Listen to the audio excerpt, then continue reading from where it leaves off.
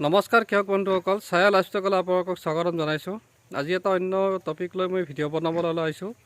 সেইটো টপিকটো হ'ল গাহৰিক কেনেকৈ দানা দিব লাগে।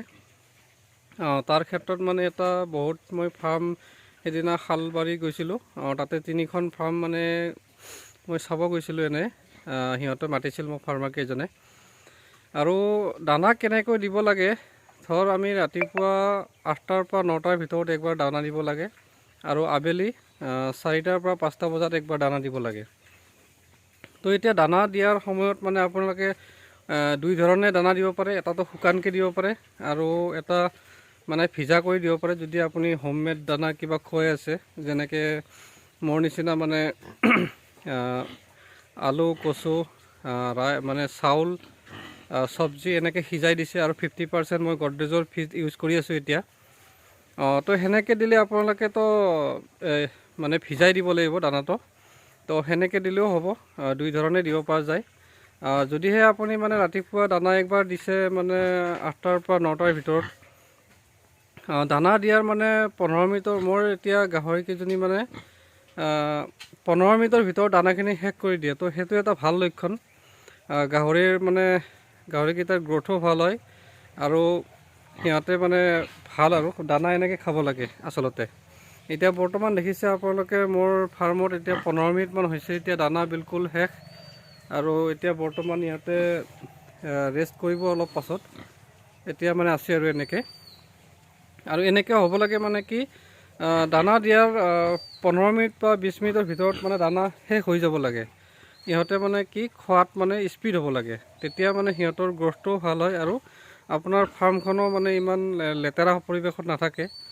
আৰু মই দুখনমান ফাৰ্মত গৈছিলোঁ, তো সিহঁতৰ ফাৰ্মত কি হৈছিল, মই 12টামান বজাত গৈছিলোঁ, তথাপিও 9টা বজাত দানাটো দিছিল, কিন্তু দানাটো তেতিয়াও অলপমান পৰি আছিল বা ৰৈ আছিল দানাটো। তো সেনেকুৱাকৈ দানাটো ৰৈ থাকিব নালাগে। আপোনালোকে পাৰিলে 11টামান বজাত কি কৰিব লাগে, গোটেইখিনি চাফ কৰি দিব লাগে। দানা কোনোবাই খাইছে যদি খাইছে, নাই যদি নাই খোৱা যদি নাই, দানাখিনি পূৰা টোটেলি চাফ কৰি দিব লাগে। তেতিয়া কি হয়, সিহঁতৰ এটা গাহৰিৰো এটা চিন্তাধাৰা আহে যে কি মই যদি এইখিনি দানা শেষ নকৰোঁ, মোৰ এটা এইখিনি চাফা হৈ যাব, মই পাছত খাব নাপাম। তো সেনেকুৱা এটা চিন্তাধাৰা আহি যায়। ময়ো তেনেকুৱাই কৰোঁ। মই 11টামান বজাত, এতিয়া বৰ্তমান আৰু 1 ঘণ্টামান পাছত মই পূৰা সিহঁতক গা ধুৱাই দিম, অলপ ৰ'দ ওলালে, আৰু গোটেইখিনি দানা চাফ কৰি দিম আৰু গোটেইকেইটাকে গা ধুৱাই দিম। আৰু ফাৰ্মখন চাফ চিকুণ কৰিকৈ আবেলি আৰু দানা দিম, আৰু বাচন বৰ্তন যিবিলাক আছে সেইবিলাক ধুই ৰাখি দিম। তো সেনেকুৱাকৈ আপোনালোকেও কৰিব লাগে, কাৰণ আমি যিকোনো বস্তু এটা কৰিলে আমি সময় দিব লাগিব, তেতিয়াহে আমি ছাকচেছ হ'ব পাৰিম। আপোনালোকেও সময় দিব পাৰিব লাগিব, গাহৰিকেইটা চাফ চাফাই ৰাখিব পাৰিব লাগিব। তাৰ ক্ষেত্ৰতো বহুতখিনি ইম্পৰ্টেণ্ট। এতিয়া বেমাৰ আজাৰো কম হৈছে, আৰু আপোনালোকে দেখিছে মোৰ গাহৰিকেইটা কিমান চাফ চাফাই হয়। আৰু এইটো সিহঁতে দানা দিয়াৰ আপোনালোকৰ পদ্ধতিটো ক'লোঁ। তো আপোনালোকে 11টামান বজাত সিহঁতে দানা খাইছে নে নাই, এনেকুৱা যদি আপুনি 4-5 দিন কৰে, তেতিয়া সিহঁতে দানা দিয়াৰ লগে লগে সিহঁতৰ দানা শেষ কৰি দিব, আৰু খাইকৈ গোটেই শেষ কৰি দিব। তো এনেকৈ 12টা 1টা বজালৈকে নেক্সট টাইম দানা দিয়ালৈকে পাত্ৰত কেতিয়াও দানা থাকিব নালাগে মোৰ হিচাপত। আৰু আপোনালোকৰ কি কমেণ্ট কৰি জনাব, আপোনালোকৰ ৰায় কি হয়। তো এনেকুৱাই হ'ব লাগে মোৰ হিচাপত। আৰু বাকী মই এইখিনিতে এটা কথা ক'ব ওলাইছোঁ। প্ৰথমতে মোৰ পৰিচয়টো দি দিছোঁ। আপোনালোকৰ বহুতখিনি মোৰ ছাবস্ক্ৰাইবাৰো বহুতখিনি হৈছে, এতিয়া 500মান হৈছে ছাবস্ক্ৰাইবাৰ। আৰু মোৰ এতিয়া ফেমিলি বহুত ডাঙৰ হৈ গ'ল, এতিয়া বৰ্তমান মই সুখী। আৰু মই এটা কথা, মোৰ পৰিচয়টো প্ৰথমতে মই আৰ্মিত 20 বছৰ চাকৰি কৰিলোঁ। তাৰপিছত 2020ত মই ৰিটায়াৰ হ'লোঁ জুলাইত। তাৰপিছত মই এখন জিম খুলিছিলোঁ। আৰু ইয়াতো এটা মই শিক্ষা পালোঁ যে যিকোনো কাম কৰাৰ আগতে নিজে সেই কামটোত ইণ্টাৰেষ্ট হ'ব লাগিব, সময় দিব পাৰিব লাগিব। মই জিমখন খুলিছিলোঁ কাৰোবাৰ আশাত খুলিছিলোঁ, সেইটো মই নকওঁ ভিডিঅ'ত। আৰু এইটো বৰ্তমান এতিয়া মই জিমখন চেল কৰিম বুলি ভাবিছোঁ, কাৰণ মই তাতে সময় দিব পৰা নাই। কাৰণ মই ফাৰ্মত এতিয়া মোৰ ৰিটায়াৰ হোৱাৰ মানে 1 বছৰ আগৰ পৰাই মোৰ সপোন আছিল যে মই এখন গাহৰি ফাৰ্ম খুলিম, কিন্তু জিমখন মাজতে আহি গ'ল। তাতো বহুতখিনি পইচা ইনভেষ্ট হ'ল। এতিয়া বৰ্তমানো পইচাৰো অলপ নাটনি হৈ আছে বৰ্তমান। তো সেইকাৰণে মই জিমখন বিকিম বুলি ভাবিছোঁ। যদি কোনোবা মোৰ ভিউৱাৰ্ছ বডি বিল্ডাৰ হয় বা ওচৰে পাঁজৰে কোনোবা জিম খোলা মানুহ থাকে, তেতিয়াহ'লে কণ্টেক্ট কৰিব পাৰে।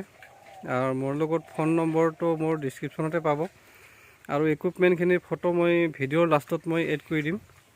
আৰু যদি কোনোবাই কিনিব খুজিছে, জিম খুলিব খুজিছে, তেতিয়াহ'লে মানে মোৰ লগত কণ্টেক্ট কৰিব পাৰে। আৰু মই মানে বহুত কম দামতে দি দিম, আৰু যিখিনি মানে সেইখিনি দাম হয় আৰু আপোনালোকে গমেই পাব ইকুইপমেণ্টখিনিত কিমান খৰচ হৈছিল। মই এতিয়া গোটেইখিনি ডিটেইলছ মই দি দিম। আৰু বাকী আপোনালোকেও গাহৰি ফাৰ্ম, মোৰ ভিডিঅ' চাই কোনো গাহৰি ফাৰ্ম নুখুলিব। কাৰণ যিকোনো কাম কৰাৰ আগতে আপুনি যে মই গাহৰি ফাৰ্ম খুলিছোঁ ময়ো খুলিম, কিন্তু সেনেকুৱা নহয়। কাৰণ যিকোনো কামত আপুনি সময় দিব পাৰিব লাগিব গাহৰিকেইটাক, তেতিয়াহে গাহৰি ফাৰ্ম খুলিব। আৰু যদিহে মই ভাবিছোঁ কি গাহৰি 4টা কিনিছোঁ, গঁৰালত বান্ধি থৈ দিম, ৰাতিপুৱা আবেলি দানা দিম, বাকী টাইমত মানে গাহৰিকেইটাত চাই থাকিব লাগিব, আপুনি সময় দিব পাৰিব লাগিব, তেতিয়াহে আপুনি ছাকচেছ হ'ব যিকোনো কামত। তো সেইকাৰণে যিকোনো কাম কৰাৰ আগতে আপুনি ফুল প্লানিং। আৰু এটা দেখিছোঁ মই কথা, মানে কনষ্ট্ৰাকশ্যনত বহুতখিনি খৰচ কৰি দিয়ে, পাছত মানে গাহৰিকেইটা আনিকে দানা খোৱাৰ কাৰণে পইচা মানে নাথাকে আৰু হাতত। তো সেইটো এটা ডাঙৰ প্ৰব্লেম হয় আমাৰ নতুন ফাৰ্মাৰৰ ক্ষেত্ৰত। তো তাৰ কাৰণে আপুনি 60% পইচা, যদি আপুনি 1 লাখ টকাৰ বাজেট আছে, তেতিয়াহ'লে মানে 40,000ত আপোনাৰ বাকীখিনি কাম কৰি ল'ব, গাহৰি পোৱালি কিনালৈকে। আৰু বাকী 60,000 টকাৰে আপুনি দানা খুৱাম বুলিকে সিহঁতক মানে আপুনি এটা প্লানিং কৰিব। কাৰণ যেতিয়ালৈকে ভাল খাদ্য খাব নাপায়, তেতিয়ালৈকে মানে গাহৰিৰ গ্ৰ'থ কেতিয়াও ভাল নহ'ব, আৰু মানে আপুনি ছাকচেছ হ'ব নোৱাৰিব। সেইকাৰণে দানাত আপোনালোকে বহুতখিনি মানে মনোযোগ দিব। আপুনি কনষ্ট্ৰাকশ্যনত ইমান পইচা খৰচ কৰি কাম নাই। মই দেখিছে এতিয়ালৈকে প্লাষ্টিক দিছোঁ মই ওপৰত, আৰু ছাইডত বাঁহ দিছোঁ। আপুনি চিফ ফ্ল'ৰখন পকী কৰিলে হ'ল, আৰু ছাইড বেৰাবিলাক আপুনি বাঁহেৰে বনাব পাৰে। ওপৰত প্লাষ্টিক বা টিং বা আপোনাৰ বাজেট অনুসৰি কৰিব পাৰে। তো সেনেকৈ আপুনি কম খৰচতে যিমান পাৰে কনষ্ট্ৰাকশ্যন কৰিব, যিমান আপোনাৰ বাজেট থাকে।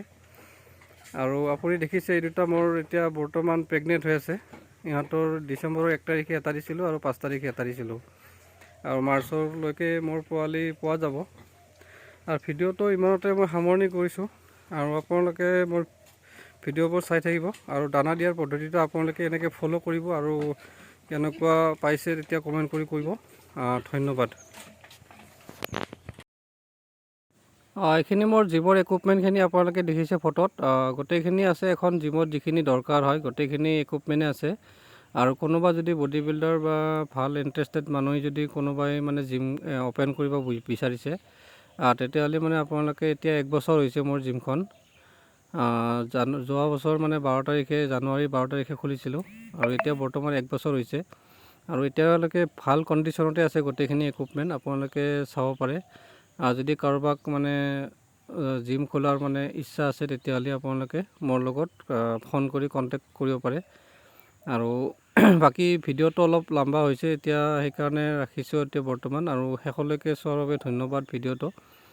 আৰু আপোনালোকে এনেকৈ মানে ছাপোৰ্ট কৰি থাকিব। আৰু আগলৈ মই গাহৰি ফাৰ্মৰ ক্ষেত্ৰত মানে নতুন ভিডিঅ' বনাই থাকিম, আৰু আপোনালোকে ফুল ছাপোৰ্ট দি থাকিব।